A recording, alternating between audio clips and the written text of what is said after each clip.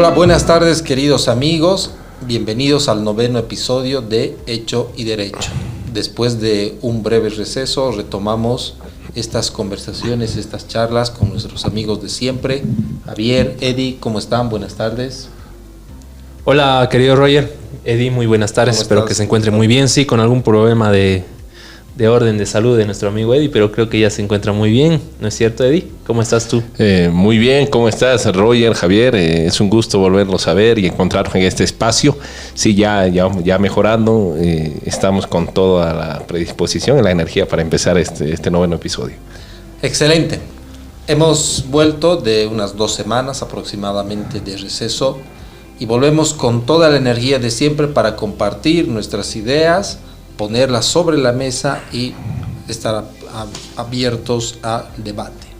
Bueno, la temática de hoy, Javier, Eddie, viene a ser algo reciente que hemos estado viendo por los medios de comunicación, las redes sociales, y que tiene que ver con la entrada en vigencia de la Ley para la Protección de la Integridad Sexual de Niñas, Niños y Adolescentes en Entornos Digitales, la Ley 1636, que de hecho ha sido promovida, entiendo, ha sido también desarrollada, redactada en gran medida por el Ministerio Público a cargo del Fiscal General del Estado.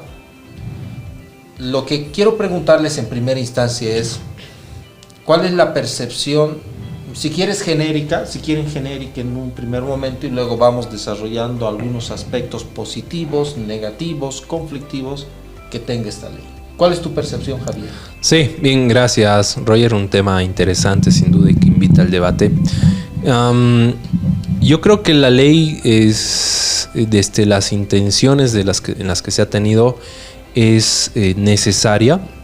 Ya era momento de legislar algunos conflictos que se han venido presentando desde el momento en el que se ha aplicado la globalización y que a partir de la globalización también existan los instrumentos de las nuevas tecnologías o las tecnologías de la información que se van presentando, que están básicamente remitidas al uso de plataformas, redes sociales, medios de comunicación, de transferencia de datos, en los que ciertamente se han usado estos medios para poder cometer delitos en contra de un grupo vulnerable como son nuestras niñas, niños, adolescentes, ¿no?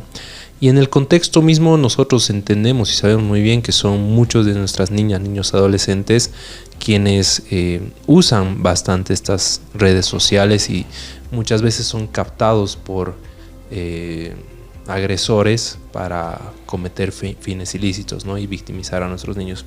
Entonces, desde esa óptica creo que era importante legislar una problemática de esta naturaleza y pues felicito la iniciativa que ha tenido el Ministerio Público de poder haber legislado una situación, una problemática de esta naturaleza, pero como digo, creo que hay algunas observaciones de las que voy a hacer mención, siempre dentro del marco del respeto, y de los que ojalá en algún momento puedan emitirse ciertos criterios jurisprudenciales o doctrinales para la aclaración y correcta aplicación de la ley penal.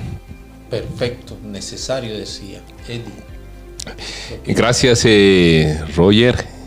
Bueno, también voy en la misma línea de Javier. Ha sido una iniciativa muy importante, creo yo, de tener que visibilizar necesariamente para la sociedad y para los agentes que nos encontramos en estricta vinculación con el sistema de justicia esta problemática que nace justamente de la obligación que tiene nuestro Estado de armonizar nuestra legislación interna en el marco de nuestros tratados internacionales. Existe lo que es el Convenio de Budapest, el Comité de Derechos Humanos de los Derechos del Niño, en especial de las Naciones Unidas, han recomendado justamente implementar sistemas normativos que puedan desarrollar un mayor alcance de protección de los derechos de los niños, niñas y adolescentes en entornos digitales. Como decía Javier, ha sido una iniciativa que el Ministerio Público la ha promovido, que también lo felicitamos desde la sociedad civil. Creo yo que es la manera de poder generar incidencia en la transformación de nuestros sistemas de justicia, y qué mejor que proteger a nuestros niños, niñas y adolescentes, que son los sectores altamente vulnerables. Entiendo yo que, como en todo, se debe perfeccionar muchas cosas, hay algunos vacíos que también es importante que a partir del debate, la discusión y la propuesta fundamentalmente se puedan aclarar, porque es la única manera de que podamos mejorar nuestro sistema de justicia. En conclusión, me parece a mí muy favorable porque se ha permitido visibilizar otro tipo de violencia contra los niños y niñas y adolescentes en estos espacios digitales a partir de estas nuevas tecnologías de información. Es cierto, ¿no? Yo creo de aplaudir, es loable la actitud que ha tenido la Fiscalía General de promover estas legislaciones que ya para nuestros tiempos incluso tal vez deja de ser algo novedoso, porque está en consonancia con la realidad que vivimos, ¿no? Con el internet, las tecnologías de la información, WhatsApp, ya vivimos en el día a día con eso, entonces era necesario. Yo también concuerdo contigo, Javier. Eddie, desde la perspectiva internacional, creo que el Estado sí viene a cumplir algunas exigencias, legislar este tipo de conductas.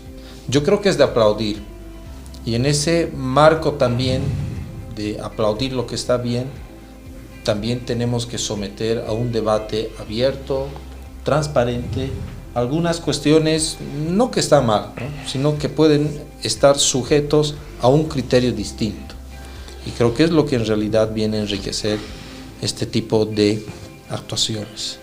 Yo quiero preguntarles, Javier, Eddie, sobre alguna de las definiciones del artículo 4. En el artículo 4 de la ley 1636 señala una cápite de definiciones. Tú, Javier, antes de iniciar esto me comentabas que veías algún problema en alguna definición. Sí, Roger. ¿Qué nos puedes decir? Yo entiendo ciertamente que al tratarse esencialmente de una ley que incorpora tipos penales, y siempre manteniendo un equilibrio y la delicadeza de la técnica legislativa que debe tenerse cuando hablamos de la redacción de nuevos tipos penales, debemos de remitirnos siempre a un principio de taxatividad de la ley penal, ¿no? Y bueno, otra cosa nos exige este principio de poder establecer definiciones claras y precisas que no generen interpretaciones arbitrarias en los tipos penales. Y aquí se genera un cierto conflicto, ¿no? Porque lo propio ocurrió con la ley 348, de la que en algún momento debatíamos. Las leyes vienen a establecer, ahora por técnica legislativa, definiciones. El problema es cuando esas definiciones terminan incidiendo en complementaciones de interpretación a los tipos penales. Y yo sí tengo algunas observaciones, diría yo, con relación a los numerales 5 y 6 del artículo 4, que ha establecido ciertas definiciones. En el primer caso, respecto de lo que es violencia sexual en entornos digitales.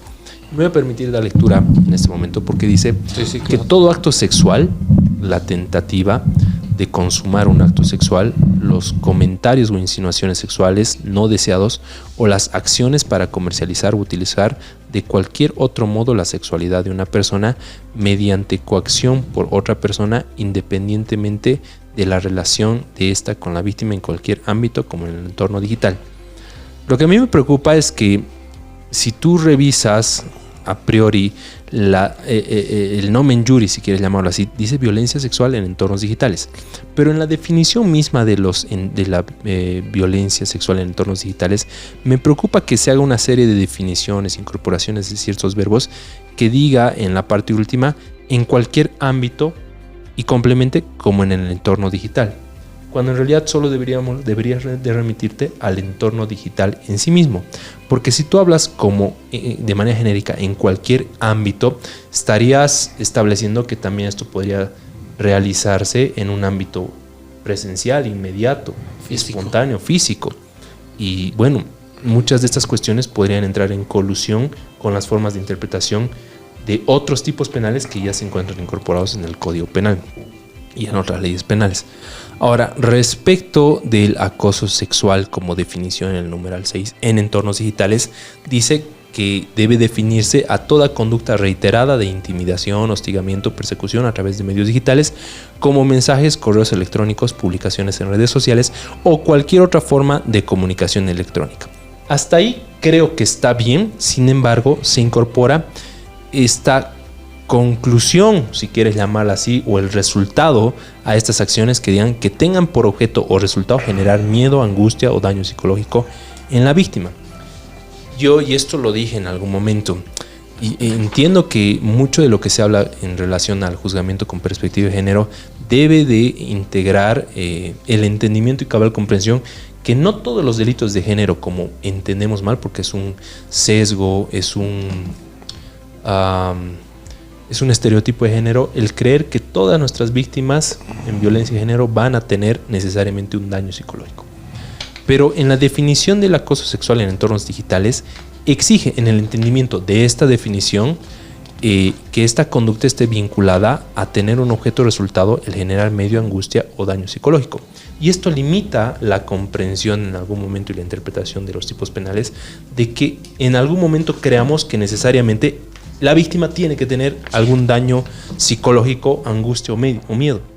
Podemos tener niños que hayan sido víctimas, pero de los cuales nunca haya tenido un objeto de generar este tipo de circunstancias subjetivas, o probablemente no tengan daño psicológico, porque también nuestros niños tampoco van a entender lo que ha pretendido un agresor al momento de tener comunicación.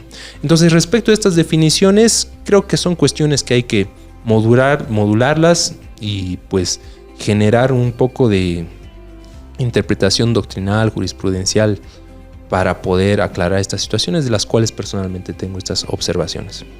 Me llama la atención lo último que decías respecto al acoso sexual, que evidentemente señala en su última parte generar miedo, angustia o daño psicológico. Tú lo ves desde un enfoque que pareciera que está de sobra ahí. Sí. ¿No es cierto? Estoy entendiendo que dices que está de sobra. Pero yo tengo la perspectiva de que más bien me da un carácter muy abierto de la definición de acoso sexual, porque te está diciendo acoso sexual, es decir, estás relacionando el acoso con lo sexual, con algún fin sexual. Sí. Pero en la última parte no te coloca ese fin sexual, sino es el miedo. Es la angustia y es el daño psicológico. Yo te pregunto, entonces, ¿el miedo tendríamos que entender como relacionado con lo sexual o alejado y ajeno de lo sexual? De manera genérica, ¿no? Sí, coincido contigo, o sea, también, ciertamente. Para ejemplificar mi postura, a veces suele pasar que una persona entra en un debate público con otra y empieza a publicar y le dice en sus TikToks: mira, yo tengo esto de esta persona, esto de otra persona. No contenido sexual, sino contenido que podría invadir, si quieres, en algún sentido la privacidad de la otra, de sus casos, qué sé yo. ¿Es así? Ahora, esa conducta podría ser definida como acoso sexual. Ojo, no me estoy ingresando todavía a la problemática de los tipos penales, porque esto no es un tipo penal, es una definición. Así es. ¿No? Pero para ejemplificar, entonces, ¿sería considerado un acoso sexual? Porque la definición es conducta reiterada de intimidación, hostigamiento o persecución a través de medios digitales, como mensajes, correos, publicaciones en redes sociales. Si yo publico, ¿no?, esta persona, mire, es tal, es cual, que tenga por objeto resultado generar miedo, angustia o daño psicológico. O sea, parece no exigir que la publicación, que el mensaje tenga un contenido sexual. Sí, así es. Son, Roger, yo creo que las observaciones que han realizado bastante válidas, tanto Javier como tú, y yo también me incluyo para observar las definiciones en esencial que ha establecido este artículo 4 de la ley que estamos discutiendo. Por ejemplo, yo he tomado atención de la subjetividad en torno a la definición del término de contenido erótico, porque la ley nos define de la siguiente manera y nos dice que es toda manifestación visual, verbal o simbólica de tipo sugestivo o provocativo con connotación sexual. Numeral 9. Correcto. Numeral 9, el artículo 4, numeral 9. Y nos dice más adelante, cuya finalidad o efecto puede ser el de provocar excitación sexual o erotización. Los términos de la inclusión de efecto y términos que utiliza la definición de esta ley como el sugestivo o hablar del otro término de connotación son meramente subjetivos. Y eso podría llevar justamente a establecer que se pretenda criminalizar ciertas conductas que pueden parecer a criterio de las autoridades, en este caso, sugestivas o provocativas o de connotación sexual, que no siempre tienen esa finalidad justamente de dañar la intimidad sexual de un menor. Me pongo un ejemplo muy claro, por ejemplo, las circunstancias más concretas, material, digamos, de educación sexual, educativo, que se pueda difundir con fines pedagógicos. O sea, no íntegramente que se tenga que incidir en una afectación a la integridad, desde luego, sexual del menor, pero sí la difusión con fines pedagógicos. ¿Quién va a determinar que en efecto sea sugestivo o de connotación erótica ese material? Es decir, ya abres un paraguas de ambigüedad total que viene en directa afectación al principio de seguridad jurídica. Porque no podemos justamente determinar ya vamos a ingresar más adelante seguramente a los tipos penales, bajo una tipicidad estricta, qué circunstancias deben ser consideradas como tal dentro de la categorización de estas descripción de estas conductas que la ley ha establecido. Entonces hay mucha ambigüedad en eso, hay mucha ambigüedad también en relación justamente a fotografías, puede ser de danzas, pueden ser de algún arte escénico, donde de alguna manera se represente algún cierto contenido de índole erótico que lo puedan desde luego categorizar en esta conducta. También me parece que no se ha definido muy bien ese ámbito de definición. Sí. Si no se encuentra muy encuadrado o encuadrado de forma correcta esa definición, nos encontramos ante esta ambigüedad que lo único que va a generar es una afectación directa, como decía, al principio de seguridad jurídica. Sí, si me permites, Eddie, Roger, coincido en parte contigo, Eddie. Sin embargo, creo que esta situación es aclarada en la última parte de la definición, porque dice, pero cuya finalidad o efecto, no coincido con el término puede, pero dice es el de provocar excitación sexual o erotización. Entonces, independientemente de esto, todos los términos sugestivo y provocativo deben de tener una finalidad. No coincido con el término puede, pero sí debe ser el de provocar excitación sexual o erotización. Entonces, creo que si esto se entiende de esta manera, podríamos excluir eventualmente algún tipo de circunstancia en la naturaleza de lo que tú planteas. Pero igual los términos resultan ser un poco subjetivos, ¿no? Y que, como dices, puede terminar generando interpretaciones un tanto arbitrarias. Creo que ingresaríamos a la erotización o a los fines de excitación sexual, pero todos esos aspectos desde luego vienen a ser subjetivos en el ámbito de la descripción de esta conducta, porque cuando nos habla de los elementos justamente subjetivos de la descripción, entonces estaríamos ahí también dando un paraguas de una interpretación muy amplio, reitero, a esta conducta. A ver, entonces, yo creo que sí hay un problema serio, Javier y Eddie, acá. A ver, voy a empezar por lo último que decías, Javier, pero cuya finalidad, dice el texto, o efecto pueda ser el de provocar excitación sexual o erotización. De un tiempo a esta parte, creo que es bastante común que nuestros legisladores, que la técnica legislativa empiece a incorporar estas expresiones de finalidad, intención, efecto. Ahora, ¿cuál es el problema de ese lenguaje? El problema es que denota un hecho que no tiene ocurrencia empírica, no es físico como este celular. Sí. Es un hecho psíquico. La intención, la finalidad es un hecho que está en la psiquis de la persona, es como el dolo. Así es. Yo tengo la intención, ¿no es así? ¿Y cómo averiguas la intención? Ya si quieres pasar del ámbito del lenguaje al ámbito de la prueba, ¿cómo determinas la intención? En nuestra cultura jurídica, y hay que decirlo muy claro, no tenemos un buen bagaje cultural, doctrinal, de cómo venimos a definir el dolo, cómo las autoridades judiciales, ya hablando en un estado de cosas actual, definen la existencia del dolo. Que es más normativo que probatorio, ¿no? Exactamente. Hay dos teorías. Uno te habla de la adscripción normativa y otro te dice vamos a descubrir ese dolo, esa intención a través de elementos de prueba indirectos. Pero nosotros, en nuestra cultura jurídica, no hacemos aquello.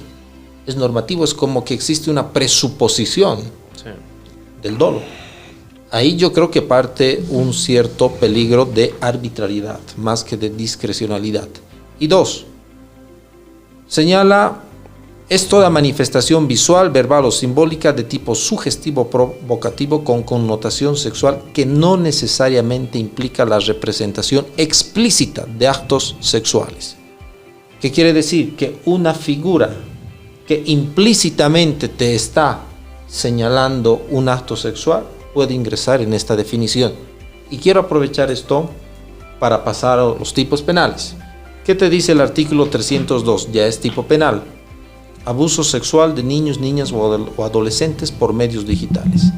Toda persona que contacte a un niño, etcétera, a través de comunicaciones electrónicas o cualquier otra tecnología de transmisión de datos por medios digitales, enviándole mensajes, videos, fotografías, enlaces, audios o cualquier otro contenido de índole erótico o sexual, te está diciendo contenido de índole erótico o sexual. Te remites a la definición y te dice que un contenido de índole erótico o sexual es cualquier representación, imagen, video simbólico que puede implícitamente tener contenido sexual. Implícitamente. Esto es peligroso. Es sumamente peligroso. ¿Por qué?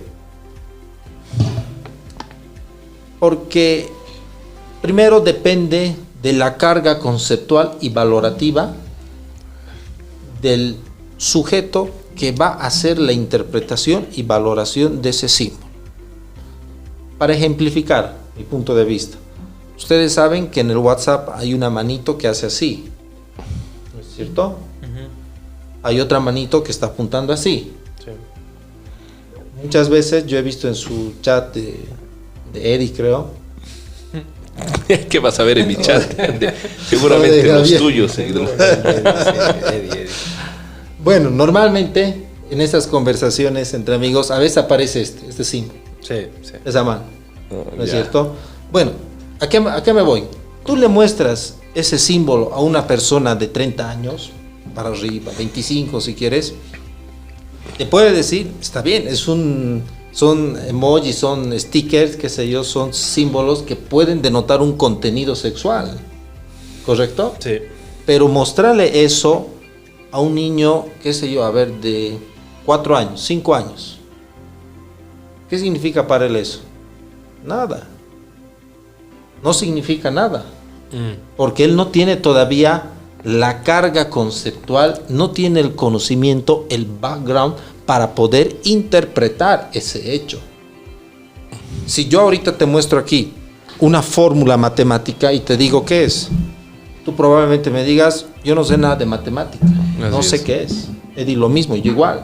Pero si esto le mostramos a un experto en matemática, un físico nuclear, nos va a decir, bueno, esto es la fórmula de Poincare, digamos, invento, ¿no?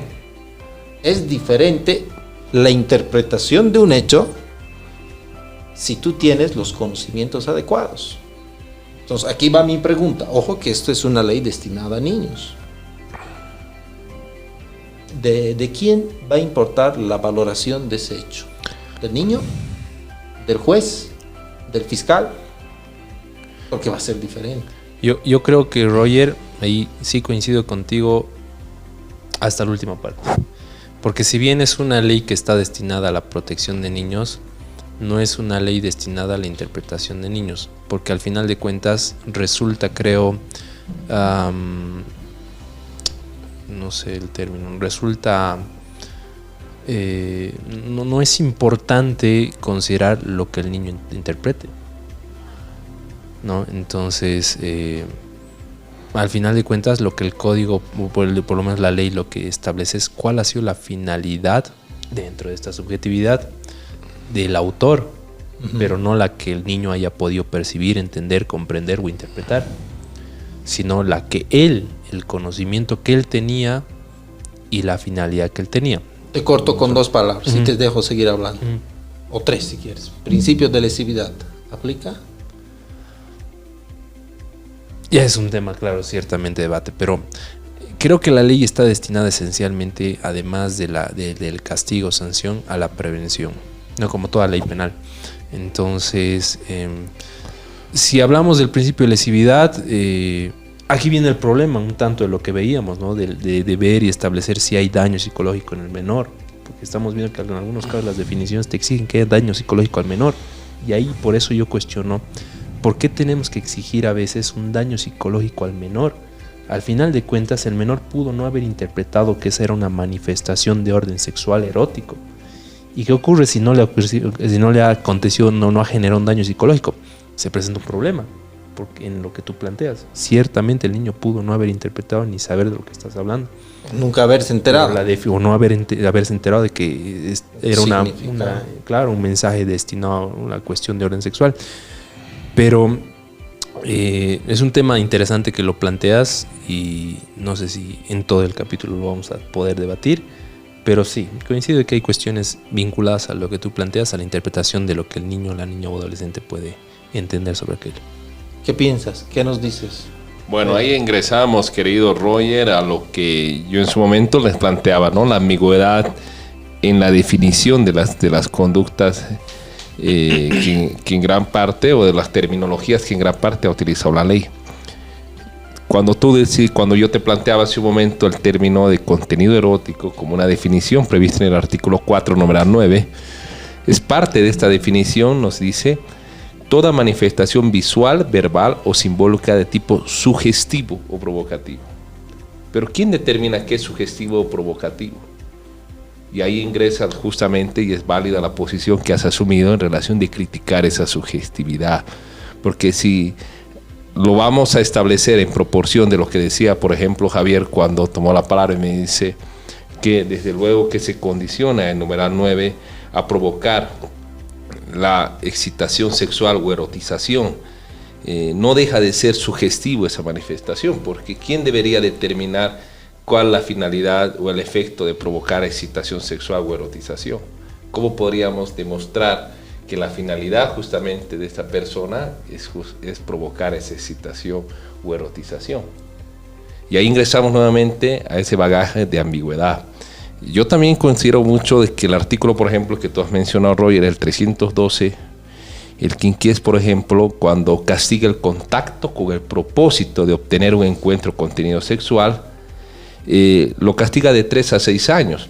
Y el 312 sexies de la ley nos dice que se castiga a quien contacta a un menor enviándole contenido erótico o sexual de 4 a 8 años. Entonces el envío de material erótico o sexual en la práctica es un medio de manipulación, desde luego, para lograr un propósito que es el encuentro finalmente. Y esto genera bastante ambigüedad en la determinación de la conducta que asume una persona, porque le va a permitir al fiscal en su momento determinar a partir de 2 tipos penales que establecen el contacto con el propósito o el contacto con el menor del envío de material erótico, pero que tienen penas muy diferenciadas. En uno tiene 4 a 8 años, en el otro de 3 a 6 años, pero la descripción de las conductas son similares y únicamente varía la finalidad, una finalidad que es bien difícil de determinar a partir de presupuestos más objetivos.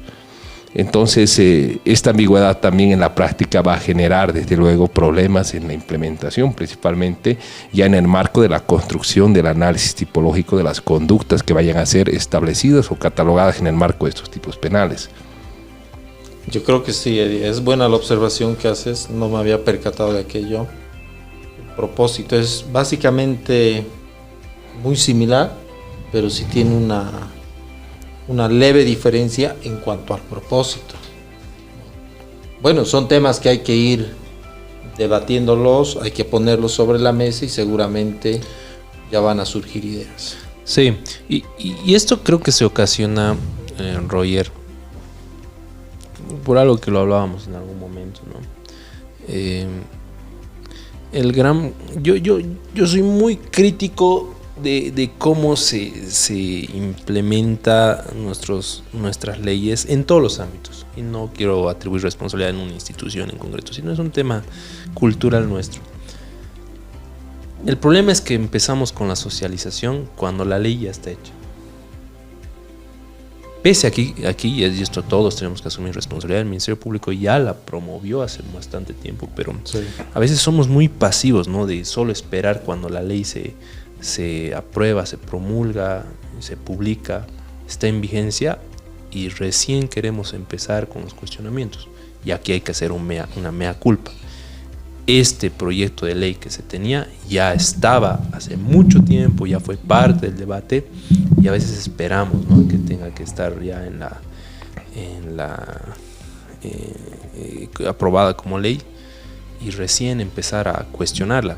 Entonces esto también debemos de tomarlo desde una perspectiva de una crítica y que a todos nosotros nos deba de importar revisar las leyes como proyectos y también emitir los cuestionamientos que creamos convenientes para ver si tenemos la posibilidad de que estos comentarios, críticas sean tomadas en cuenta por los legisladores, ¿no? Porque al final podemos, creo, aportar con algo para poder tener buenas leyes penales y que garanticen tanto el derecho de acceso a la justicia de las víctimas como también garanticen el principio de legalidad y taxatividad para los que puedan ser procesados.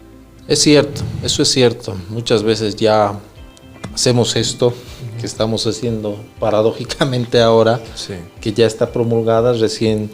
Bueno, a ver, veremos qué de bueno, qué de malo tiene la ley. Pero quizá en este caso en particular, yo creo que no han habido intervenciones sólidas, observaciones propiamente, quizá sea el término, respecto a algún contenido de esta ley. ¿Por qué? Porque esta ley tiene un contenido, una intención políticamente correcta. ¿Quién no quiere proteger a nuestros niños, niñas, adolescentes? Todos, absolutamente todos. Y los primeros en salir a la palestra pública son generalmente los políticos. No nos oponemos, dicen los políticos, protección niño, niña, adolescente, venga, adelante. Entonces, ese manto de un contenido políticamente correcto hace que sea difícil que personajes, si quieres, reconocidos en el ámbito jurídico, en el ámbito político, salgan a la palestra pública y digan, ¿saben qué? Algo está mal de esta ley. ¿Por qué? Porque inmediatamente le van a decir, tú estás en contra de los niños. Sí. ¿O me equivoco? Sí, coincido. Normalmente es lo que podríamos esperar. No es así, estás en contra de nuestros niños, estás en contra de la niñez. No, aquí, por lo menos yo, creo que puedo hablar a nombre igual de ustedes, no estamos en contra de la protección de los niños. Nadie señala que esta es una ley que no vaya a proteger a los niños. No, está bien, hay una intención muy buena, la idea es la protección, pero eso no implica que no se deba debatir el contenido normativo, que ya es otro asunto. Bueno, yo creo que hay aspectos de que se pueden, desde luego, empezar a mejorar. Lo que me llama la atención es que esta ley ha otorgado posibilidades, por ejemplo, en su artículo 11 y su artículo 12 de los agentes encubiertos digitales, la conservación de datos informáticos. Entonces, creo que está habiendo una innovación en las herramientas de investigación digital avanzada respecto a estos delitos realizados en el ciberespacio que tengan que ver con la afectación a la integridad de los menores. Sin embargo, algo que me llama la atención es que en sus disposiciones finales también esta ley nos señala, y es la disposición adicional primera justamente, sí, de la ley, y hay otras posteriores donde señalan que la implementación de esta ley no va a demandar necesariamente recursos generales adicionales que tengan que venir del Tesoro General de la Nación. Entonces nos encontramos nuevamente ante ciertas técnicas de investigación avanzadas respecto de la investigación de estos delitos, pero sin un marco de cobertura económica para su implementación. No se tienen los software adecuados, por ejemplo, para poder actualmente, dentro de los delitos comunes, si quiere identificar de los celulares, desbloquear un iPhone, por ejemplo, que tiene información sensible. No sé si hasta ahora se podrá por parte del Instituto Forense, pero se tiene que su software o el material de investigación tecnológico, en este caso, no han sido actualizados, no han sido renovados, y es una falta de recurso permanente que tiene el Ministerio Público para lograr esto. Pero sin embargo se introduce figuras adicionales de investigación, pero no se le da el presupuesto al Ministerio Público para poder adquirir estos equipos, para que a través del Instituto Forense se pueda mejorar las técnicas de investigación en estos delitos. Entonces me parece que es una circunstancia que nos debe llamar mucho la atención respecto del compromiso también que debe existir por parte del gobierno, porque el gobierno debería garantizar la generación de los recursos adicionales para tener técnicas, desde luego, de investigación avanzadas, mucho más actuales y que permitan, desde luego, que sea eficaz esta lucha contra la violencia sexual de los menores. Otro aspecto también que me llama la atención es que la ley, yo creo que ahí se podría mejorar, debería generar mecanismos de prevención desde la propia ley, en el entendido de condicionar al Ministerio de Educación mínimamente incorporar en su malla curricular obligatoria y progresiva el uso de recursos y responsable de las técnicas, por ejemplo, de los medios, de las tecnologías de entornos digitales. O sea, esa es la manera también de poder trabajar en la prevención y no solamente en la represión, porque entiendo que la modificación normativa de muchos tipos penales en esta ley inclusive alcanzan hasta los 15 años de cárcel en materia de penas. Entonces está yendo más allá un efecto represivo como instrumento de disuasión frente a la criminalidad de este tipo, y no se está trabajando desde la prevención. Otro aspecto también interesante que creo que se podría mejorar es el hecho de trabajar en los protocolos de reparación digital. Se ha establecido dentro de las medidas de protección finalmente el hecho de que se tenga que quitar justamente o hacer esa limpieza de huella digital de algunos niños o niñas víctimas de violencia en entornos digitales que han sido exhibidos a través de las redes sociales. Pero ¿cómo lo van a hacer si no crean una normativa específica respecto de las entidades que prestan los servicios de Internet, o inclusive hacer los convenios necesarios con Interpol, qué sé yo, el Departamento de Justicia de Estados Unidos, etcétera, o ver la manera de agilizar que estas entidades de prestación de estos servicios puedan generar tráficos de datos mucho más expeditos para poder identificar IPs, identificar de dónde proviene inclusive esta información, este tráfico de información sensible vinculada a los menores, que nos va a permitir justamente tener una investigación mucho más eficaz, que es lo que todos, absolutamente todos, es lo que finalmente estamos buscando, que se pueda dar una aplicación pero eficaz de esta ley, y no solamente sea un texto normativo que en su aplicación nos genere bastantes dificultades. Mira, Edi, y a propósito de lo que tocabas con este asunto de la innovación legislativa a la par de la innovación digital, los mecanismos necesarios, los recursos materiales humanos, me surge una pregunta, una cuestionante. En alguna parte de la ley, que no la estoy encontrando ahora, veía que las empresas de telecomunicación deben guardar sus datos, metadatos, ¿verdad? Aquí está, sí. Deben guardar por 2 años el almacenamiento de datos y metadatos derivados de las comunicaciones, lo que incluye el protocolo de Internet, su origen geográfico, frecuencia, datos de navegación, entre otras, con la finalidad de aportar elementos a la investigación de delitos contra la integridad sexual. Me da la impresión, no soy un experto en tecnología, pero me da la impresión que lo que se está señalando acá es que estas empresas deben guardar mis datos de navegación durante 2 años, de forma genérica. Es una disposición de carácter imperativa para todas las empresas, para que en el caso si X persona se ve involucrada, bueno, se pida a ver por dónde ha navegado este señor. No soy experto en estos temas, no sé si eso será posible, pero de ser así, yo creo que es peligroso. Es altamente peligroso. 1, Dos, es peligroso también porque vamos a estar sujetos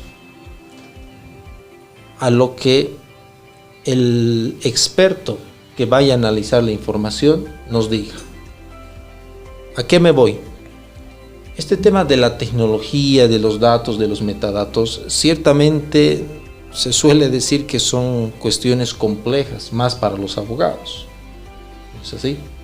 Entonces la pregunta es, ¿cómo podríamos estar o cómo podría estar la sociedad segura de que esos datos, metadatos no han sido modificados? Si no comprendemos cómo funcionan. Me gusta usar un ejemplo. El test de alcoholemia en la sangre. ¿No es así? ¿Qué pasa en los procesos? Aquí está tu test de alcoholemia, qué sé yo, 0,8, ya, 0,80, más del grado permitido, ¿no? Bien, sí, ya está. Pero, ¿cómo funciona? ¿Sabemos cómo sacan ese porcentaje? ¿Qué procedimiento químico hacen en la sangre? No. Intuyo que va a suceder lo mismo. Intuyo que estos informes técnicos te van a dar información ya conclusiva y tú no vas a saber cómo observar porque sencillamente no sabes cómo funciona la obtención de los metadatos.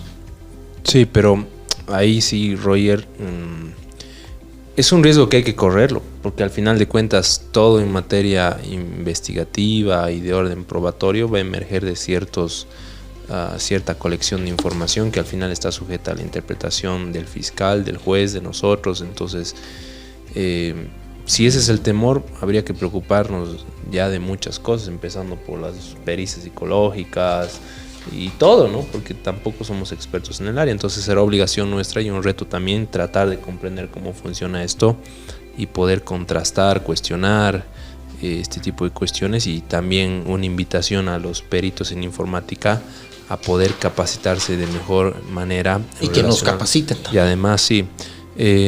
Sí, coincido también, Roger, pero no es un problema solo de esta ley. En realidad serían de todas, absolutamente todas las leyes que van a requerir la ejecución de actos de pericias, de verificación de ámbitos de los cuales los abogados estamos limitados por el tema de la información, verificación de cómo se practica determinada ciencia. Yo sí tengo un comentario un poco contestando a lo que Eddie decía, de decir que no ha habido, por ejemplo, como regulación a las empresas de prestación de servicios en telecomunicaciones. Creo que sí, en realidad existe. La disposición tercera establece un plazo de 180 días para que a partir de la Autoridad de Regulación y Fiscalización de Telecomunicaciones y Transporte desarrolle en sí un marco normativo para regular, controlar, supervisar y fiscalizar la actividad en la prestación de servicios y también la que desarrollan los operadores y proveedores en telecomunicaciones. Desde esa cuestión creo que sí, está normado, ya veremos la reglamentación que vaya a existir, pero coincido en la crítica que hace Cedi de que toda ley que va a incorporar o va a ir a resolver un conflicto, especialmente en materia penal, debe estar acompañada de la asignación de recursos económicos para capacitación, para implementación y por supuesto para asegurar la eficacia de la ley y que estemos sometidas a autoridades jurisdiccionales, primero competentes, fiscales en investigación, pero además de ello en la obtención fiable o dar fiabilidad a la información que vayan a colectarse por parte de los especialistas. Bueno, yo acá tengo un comentario, ¿no? Toda intención de esta naturaleza que pretenda un cambio transversal, por ejemplo, en materia normativa vinculada a la protección de sectores altamente vulnerables como los niños, niñas y adolescentes, deben ser acompañadas de auténtica voluntad política. Y la voluntad política se ve materializada justamente en la asignación presupuestaria que permita garantizar que este tipo de leyes, de mecanismos de prevención puedan ser justamente aplicadas, que los sistemas de investigación sean lo más exactos posibles y que tal vez de esa manera lograr desde luego una auténtica protección de esta finalidad de esta ley, que es la protección de los niños, niñas y adolescentes en entornos digitales. Entonces, para mí, el hecho de la no asignación presupuestaria es un aspecto realmente que deja mucho que desear respecto de la voluntad política de nuestros gobernantes y de la seriedad con la que realmente han manejado justamente la creación de estos tipos penales o de la protección de los derechos de los sectores vulnerables como los niños, niñas y adolescentes. Con relación a lo que decía Javier, sí es evidente que la ley establece que en la disposición tercera, en un plazo máximo de 180 días, dice, a partir de la promulgación de la presente ley, la Autoridad de Regulación y Fiscalización de Comunicación deberá desarrollar un marco reglamentario para regular, controlar, supervisar y fiscalizar la correcta prestación de servicios. Lo que me llama la atención es de que la ATT, desde luego, no va a implementar un marco de regulación que les afecte a ellos. ¿A qué me refiero? La propia ley debería haber establecido, creo yo, un sistema de responsabilidad civil o administrativa respecto de la ATT, que una vez de que la ATT, por ejemplo, notifique a unas entidades de prestación de servicios de Internet, puede ser proveedores de servicios de Internet, Tigo, Entel, Vive, etcétera, para poder remover o bloquear contenido vinculado a menores en tema de violencia en un entorno digital, y no actúe con la debida diligencia o celeridad, también deberían establecerse ciertas sanciones administrativas a la ATT si es que no actúa con la debida diligencia, como a los operadores de prestación de servicios de Internet. Y ese es un aspecto que desde luego la ATT en su reglamentación no va a colocar, nos vamos a sancionar nosotros por no hacer nuestro trabajo, sino que únicamente va a ser un reglamento que tal vez en la práctica les excuse a ellos responsabilidad respecto de esta atribución que les está dando esta ley del control y reglamentación de la difusión de los contenidos vinculados a la exposición sexual de menores. Entonces creo yo que en este aspecto también no se debe trabajar desde la responsabilidad penal del individuo como tal. Aquí tiene mucho que ver también las entidades de prestación de servicios de Internet, porque ¿de qué va a servir que un juez o un fiscal emita una medida de protección, por ejemplo, para la reparación integral o el borrado de huella digital de un menor, cuando ya se expone alguna fotografía o material pornográfico del mismo en Internet, si no hay la eficacia de nuestros sistemas de prestación de servicios de Internet, de bloquear esa difusión, de quitar esa huella digital que le va a generar mucha afectación a ese menor, y no existe mecanismos de mayor celeridad que permitan pues efectivizar adecuadamente que en el menor tiempo posible se haga ese borrado y no se permita su difusión y genere mayor afectación a ese menor. Por eso entiendo que se debe trabajar, seguramente hay muy buenas intenciones, pero hay que trabajarlo bastante este aspecto, principalmente vinculando a una responsabilidad de las instituciones proveedoras de servicios de Internet, porque algo que decía Roger también es cierto. ¿Cómo se hace ese rastreo? ¿Tendrá la ATT la posibilidad, a través del control y fiscalización respecto de las plataformas de proveedores de servicios de Internet, de poder bloquear este contenido? ¿O tenemos que recurrir necesariamente a las plataformas como Facebook, Meta, WhatsApp, que la mayoría se encuentran en Estados Unidos, Google, en una cooperación, Google, etcétera, una cooperación con el Departamento de Justicia de Estados Unidos, porque por eso decía también, para de manera inmediata tener que bloquear o tener que hacer esa limpieza digital, se podría decir, antes que se pueda generar una mayor difusión de ese material. Entonces, sería interesante ver la posición, ¿no?, de la ATT, porque si no van a tener la posibilidad también de poder hacer ese borrado de esta huella digital de ese menor, realmente ¿en qué va a quedar la medida de protección? Va a quedar absolutamente nada y un papel que en la práctica no va a tener ningún resultado. Yo diría que esa reglamentación, que ciertamente está acá, en la disposición transitoria tercera, sí, va a significar inclusive el 50% de la efectividad de esta ley, porque la ATT resulta ser la entidad reguladora competente y que va a señalar, bueno, estimo, en su reglamentación qué es lo que puede hacer, qué es lo que no puede hacer. Y así vamos a tener más o menos certeza de cómo se va a aplicar esto. Bueno, son temas interesantes que hay que debatirlos. Ya para ir cerrando, porque el tiempo avanza y no perdona, ¿tienen alguna otra cuestionante que quieren poner sobre la mesa respecto a esta ley? Javier, Eddie. Yo, bueno, solo quiero cerrar con dos observaciones, una positiva y otra de cuestionamiento. Hay algunos tipos penales que se han incorporado con determinadas agravantes. Por ejemplo, en el caso mismo del artículo 223 ter, ¿no es cierto?, que ha establecido como nomen juris la producción de material de abuso sexual de niña, niño, adolescente. Pero además el artículo 312 quinquis, que han establecido agravantes vinculadas a una teoría un tanto del derecho penal del autor y no del acto. Y entre varios numerales por ahí en las agravantes, agravando un tercio, están determinando que se va a agravar la sanción penal ante determinadas cualidades de personas. Una de ellos, por ejemplo, que el autor o la autora sea parte del sistema educativo en cualquiera de sus modalidades, o que inclusive sea cometido por un líder religioso, guía espiritual. El problema de todo esto es que te dan una sanción, un agravante en todo caso, por aquella mera condición. Y esto no coincide, por ejemplo, con una propia redacción que tiene la propia ley, cuando establecen unos artículos en relación a que debería más bien declararse que sea en uso o en aquella condición de autoridad religiosa, de ser parte del sistema educativo, es decir, un profesor por la mera condición de profesor, aún así no haya mediado esa condición en la comisión de hecho delictivo, le van a gravar.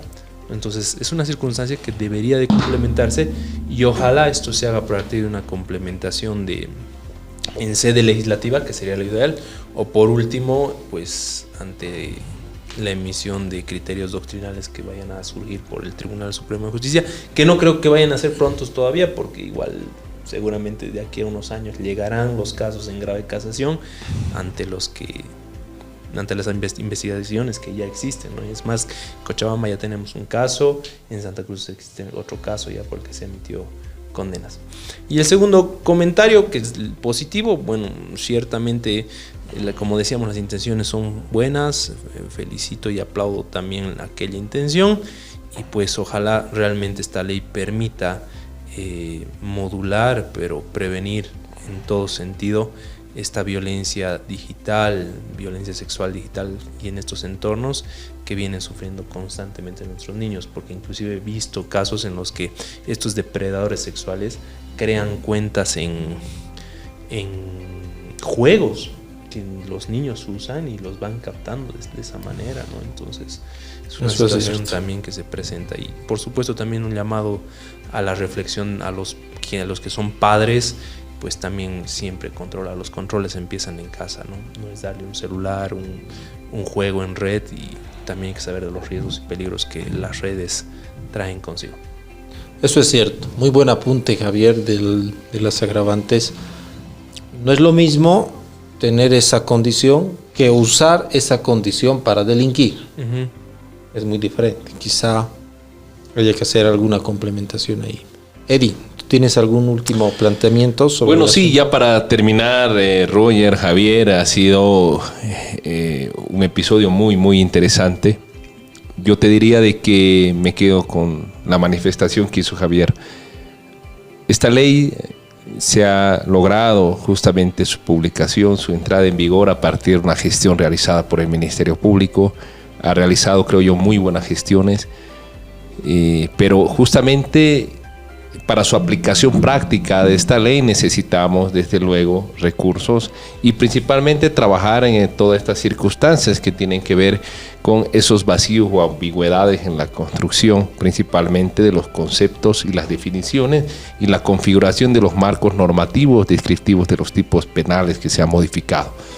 Entiendo yo de que tiene que haber una voluntad de todas las organizaciones que tienen que encontrarse vinculadas a la temática, y no solamente aquellos, sino partir siempre desde la prevención, como decía Javier. La prevención empieza en casa, cuidar con quienes conversan nuestros hijos, si se les da un aparato celular también hacer supervisión, y desde luego la mejor protección que podemos hacer es desde casa. Desde casa yo aplaudo y celebro también esta iniciativa. Se ha permitido a partir de esta ley visibilizar una nueva forma de violencia, pero desde luego necesitamos, como el constructo de nuestro andamiaje jurídico, ir mejorando en el tiempo. Entonces creo que esto va a ser mejorado con el tiempo. Como decía Javier, va a llegar seguramente diversas resoluciones del Tribunal Supremo que van a generar doctrina legal aplicables ya de acá a muchos años. Tal vez se van a generar modificaciones normativas a esta ley que nos van a poder permitir dar una aplicación más práctica a aquello, ¿no? Entonces yo terminaría con eso. Es una muy buena iniciativa y realmente creo que se tiene que mejorar como en todo. Estamos para eso, para poder mostrarles desde nuestra crítica constructiva, desde también nuestro apoyo a esta ley y poder desde luego ir mejorando con el tiempo. Es lo que hemos pretendido hacer en esta charla y finalmente creo que hemos cumplido con aquella pretensión inicial que tuvimos. Gracias. Gracias, Eddie. Gracias, Javier. Paradójicamente, creo que lo más difícil es pedirle voluntad política al político. Esperemos que eso cambie este fin de semana. Esperemos que la nueva asamblea que ingrese tenga la voluntad política de tratar estos asuntos, que probablemente no sean muy llamativos para los políticos. Son términos jurídicos, es una expresión más técnica del derecho, pero que son importantes. Agradecemos a ustedes, amigos, su paciencia por habernos escuchado. Siempre estamos atentos a los comentarios que nos hacen, sean estos buenos o malos. Así es. Hasta otra oportunidad. Muchas gracias. Chao, gracias.